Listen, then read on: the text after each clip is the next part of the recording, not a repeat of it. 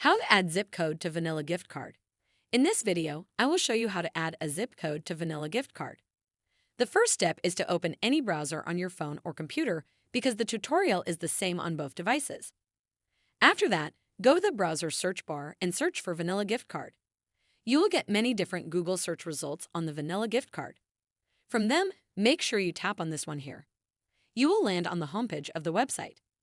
Make sure you are following the tutorial step by step to avoid making any mistakes.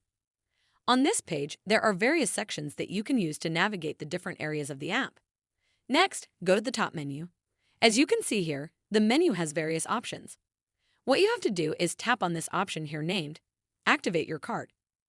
After that, you will land on this page where there is a section with several fields that you have to use to fill in the information on the card. On the first field, make sure you enter the card number found on your Vanilla Visa gift card. After that, proceed to the next field where you have to enter the expiration date, beginning with the month and then followed by the year. After that, enter the CVV number on the card. This is a 3-digit number which acts as a security code for your card. Normally, on credit cards, it is found on the back side of the card. From there, tap here, Continue.